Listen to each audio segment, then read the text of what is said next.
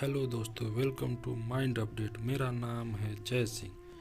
दोस्तों, यूँ तो श्री कृष्ण का साम्राज्य इस धरती पर ही नहीं बल्कि हर मनुष्य के दिल में है। लेकिन आज हम आपके श्री कृष्ण के अदृश्य साम्राज्य के दर्शन कराने वाले हैं।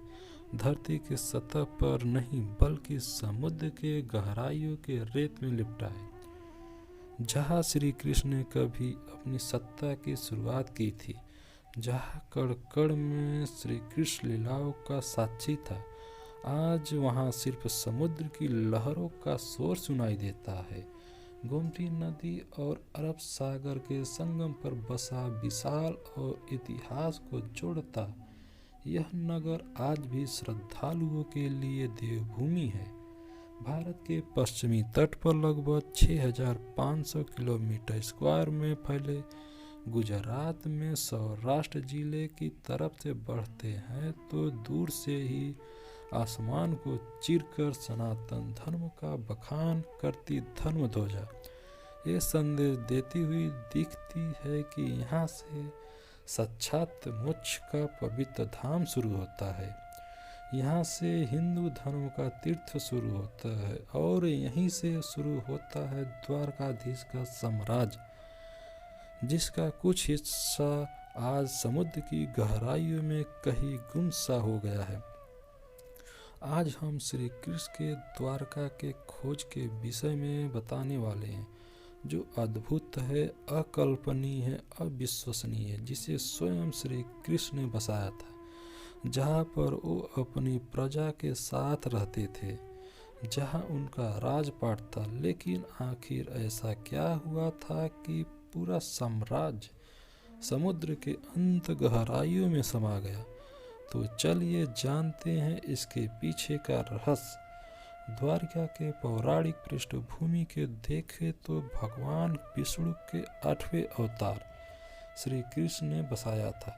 श्रीमद् भागवत के पवित्र ग्रंथों के अनुसार श्री कृष्ण का जन्म मथुरा के जेल में हुआ था, लेकिन उनके पिता वासुदेव उनकी सुरक्षा को देखते हुए गोकुल ले आए, जहाँ उनका पालन पोषण हुआ, जहाँ वो गोपी और राधा के साथ रासलीला रचाते बड़े हुए। वहीं पर उन्होंने अपने मामा और मथुरा के क्रूर राजा कंस का वध किया। कंस के ससुर जरासंध के 18 बार मथुरा पर आक्रमण करने के कारण वे सारी प्रजा को लेकर पश्चिम की ओर निकल गए, जहाँ पर भगवान श्री कृष्ण ने एक द्वीप शहर स्थापित करने का निर्णय लिया। पौराणिक ग्रंथों की माने तो श्री कृष्ण ने द्वारका बसाने के लिए समुद्र देवता से जमीन ली और महान आर्किटेक्चर विश्वकर्मा से रातों रात द्वारका का निर्माण करवाया। विशाल दीवारों से घिरी ये नगरी वास्तुकला की बेहतरीन मिसाल थी। धन दौलत से समृद्ध नगर के दरवाजे सोने के थे। हिंदू पुराणों की माने तो द्वारका का निर्माण श्री कृष्ण ने कुलस्थली नामक स्थान पर किया था। शहर तेजी से उभरा। इसमें लगभग 900 महलों में हजारों लोग रहते थे। शहर पूरी तरह से किलेबंद था, लेकिन श्री कृष्ण ने जिस शहर को इतने प्यार से समुद्र के बीच में बसाया था, वो शानदार शहर उसी शहर में डूब गया। द्वारका के यह खोया हुआ शहर आज दुनिया भर में चर्चा का विषय बन गया है। लेकिन सवाल अभी भी वही है कि डूबा कैसे? दोस्तों, द्वारका नगरी के डूबने के पीछे कई तरह के कहानियां मिथक फैले हुए हैं। महाभारत के अनुसार श्री कृष्ण पांडव के तरफ से महाभारत में शामिल हुए थे और इस युद्ध में पांडवों की जीत हुई और कौरवों की हार। सब पुत्रों के शोक से गांधारी ने क्रोध में आकर श्री कृष्ण को श्राप दे दिया। जिस तरह कौरवों के वंश का नाश हुआ है, ठीक उसी प्रकार पूरे यदुवंश का नाश होगा और धीरे धीरे द्वारका में हालात तनावपूर्ण होने लगे। इसके बाद सभी यदुवंशी आपस में लड़ लड़ कर मरने लगे थे। सभी यदुवंशियों के मृत्यु के बाद बलराम ने अपना शरीर त्याग दिया। बलराम के देह त्यागने के बाद श्री कृष्ण उदास होकर वन में विचरण करने लगे। घूमते घूमते वे एक स्थान पर बैठ गए और गांधारी द्वारा दिए गए श्राप के बारे में विचार करने लगे और फिर एक पेड़ की छांव में बैठ गए।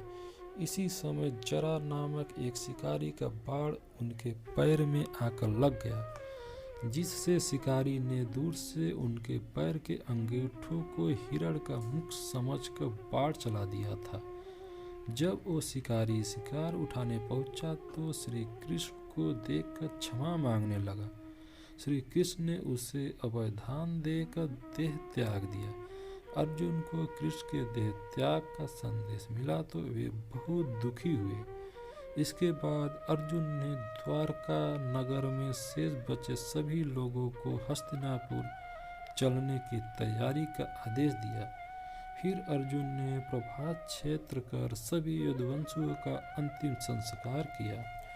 अगले दिन वासुदेव ने प्राण त्याग दिए। उस पर उनका अंतिम संस्कार कर सभी महिलाओं और बच्चों को लेकर द्वारका से निकल गए। जैसे ही उन लोगों ने नगर छोड़ा, द्वारका का राजमहल और नगरी समुद्र में समा गई। प्रचलित कहानियों के मुताबिक माता गांधारी के अलावा दूसरा श्राप ऋषियों द्वारा श्री कृष्ण के पुत्र संबा को दिया गया था। महाभारत के 23वें और 34वें श्लोक के अनुसार जिस दिन श्री कृष्ण 125 साल के बाद आध्यात्मिक दुनिया में शामिल होने के लिए पृथ्वी छोड़ गए थे, उसी दिन शहर अरब सागर में डूब गया था। यही वह समय था जब कलयुग की शुरुआत हुई थी। समुद्र के देवता ने एक बार फिर से भूमि को वापस ले लिया, द्वारका के खोए हुए शहर को डुबो दिया, लेकिन भगवान श्री कृष्ण के महल को बचा लिया। ये भी कहा जाता है खोई हुई द्वारका नगरी पर रिसर्च किया जा रहा है। दोस्तों, द्वारका आज तक रहस्य बना हुआ है। आज इसके अवशेष पानी के बीच खोजे जा रहे हैं।